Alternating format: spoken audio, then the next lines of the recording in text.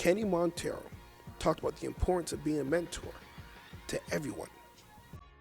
All right, Kenny, we're talking about Black History Month, and then this is our special Cape Verdean episode.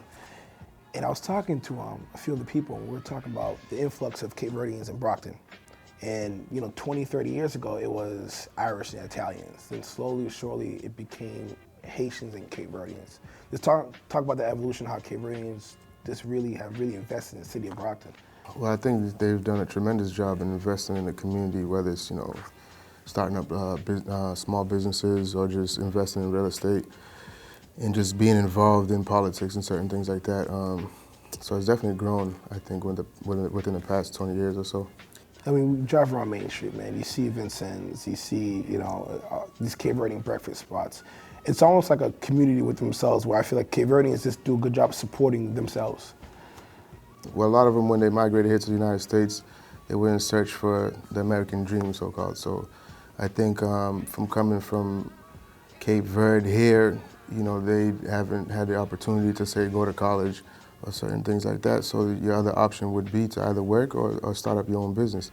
And I think a lot of people have done a good job in starting a business, and not only that, but there's been many people that help support those businesses. So that is a good thing. Let's talk about you, Kenny. You talk about being a mentor. What does that mean to you? Being a mentor is something I'm very passionate about. I mean, there's a lot of people that are struggling in Brockton, being, the ghetto per se, right? So there's a lot of people that need guidance. There's a lot of people that are growing up in broken homes or suffering through, emotional issues or something like that. But I'm just here pretty much to try to help these kids in Brockton, in the youth, not only the youth, but like adults as well, and just having people, elevate their consciousness and just live a positive life. You're in charge of Fan for Change, but it's more than that for you, I can tell. It's more than just Fan for Change. You do mentoring outside of, your regular 9-to-5 job. What made you wake up and say, hey, you know what, I need to be a mentor? Was there someone in your life, or was there someone that wasn't in your life that said, you know what, I need to take the initiative myself and to be a mentor? I don't think it's anything that really clicked one day and I said, I want to be a mentor. It's just something I love to do. It's just something that's within me. Like, I just love people in general. So I don't want to see people struggling, and I just always want to help an individual get to the next level. So, I mean, my life wasn't as hard as some of these folks. I mean, obviously I've had ups and downs in my life, but when I look at some of these people that I mentor, it's just like, I just look at them and like, how can a person actually live like this, you know what I mean? So they just need that extra push, or just, a few words here and there that would actually make them, feel, or raise their self-esteem and whatnot. You talk about the importance of saying one thing to somebody, how can positively affect their life. Personally, I feel like if you keep feeding somebody, positive things, like you feed a seed to a child, right? Eventually, they're gonna grow, they're gonna nourish and whatnot. So. And you have to consistently keep doing it. I can't just tell you something positive today and then think that whatever I just said to you today, you're just gonna go off and just grow. It doesn't happen like that. You have to consistently do it, because some of these kids get easily influenced. Say, for example, Brockton High School with a school of 4,000 kids, right? So if a kid is coming to my program on every Friday and I'm teaching them certain things on a Friday, it doesn't necessarily mean it's gonna work after one Friday. I have to consistently stay on top of that kid and making sure that, what I'm saying is actually gonna hit the brain. Now, we're doing this show on Black History Month, and there's been a lot of controversy behind this. Actually, Black History Day then became a week, then a month, and people are still saying, no, we shouldn't celebrate Black History Month. Black history is actually American history. It's actually world history. Talk about that concept of Black History Month. Yeah, I mean, like, for me, I celebrate it pretty much every day, so it doesn't necessarily mean I celebrate Black History Month just in February and then after that just forget about it. You know what I mean? I think if you're of the black race, you should celebrate it every day, and you should pay respects to those that came behind us, and you should continue on with that legacy that they've left. So having a month is a beautiful thing. I mean, I don't see why some people would be opposed to it. There's Women's History Month, there's Native American History Month, so obviously we have to shed light on what happened to black people in the past.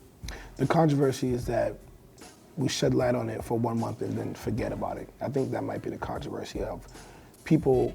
The mentality is, let's remember it this month, and then in March, who really cares about Black history? I think that might be the controversy. That's true. I think a lot, even Black folks, a lot of people just tend to forget about their history. And like they say, if you don't know your history, then you don't know exactly where you're headed. And Black history in general is a rich history.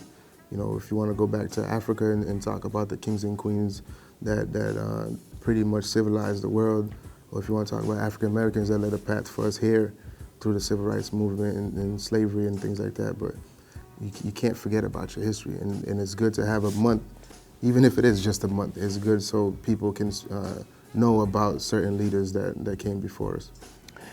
You mentioned the African Americans led the path for us to get here. Do Cape Verdeans consider themselves African American or Black? I'm Haitian American. I don't consider myself African American. Yeah. I consider myself having African descent, but I feel like that struggle of being African American is a struggle of not really having a place where, you know, there's an African American can't say I was from such and such country. I was from such and such. I think that's what separates, what makes an African American different from a Cape Verdean American or Haitian American. How do you consider yourself? Well, personally, I think that Cape Verdeans are African. You're a country of Africa, which makes you African.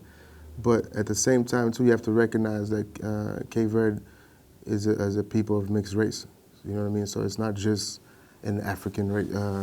It's not just that we're Africans. You know, you may have Jewish people, Portuguese, Italians, and certain things like that. But for me, myself, I consider myself Black, of course. Like I said, Cape Verde is a country of Africa, so you're African. And I was born here in America, which makes me African American. That's a good way of looking at it. Last but not least, 50 years from now, you know, we're gray and old, you know, on the porch, and they're talking about legacy and how we want to be remembered. God willing, we'll be alive 50 years from now. What do you want them to say about you? That I was someone who was real, a positive educational leader. I want to be, you know, having my own nonprofit one day, so I hope people speak highly of that and help me bring that dream forward. And just someone who's, you know, friendly, a good sense of humor, and just, you know, being myself pretty much, and not trying to be somebody who I'm not. So yeah, if you had to sum up for one word, Kenny Monterio, what one word do you want that to be? A leader. That was 2 words. That's 2 words, man.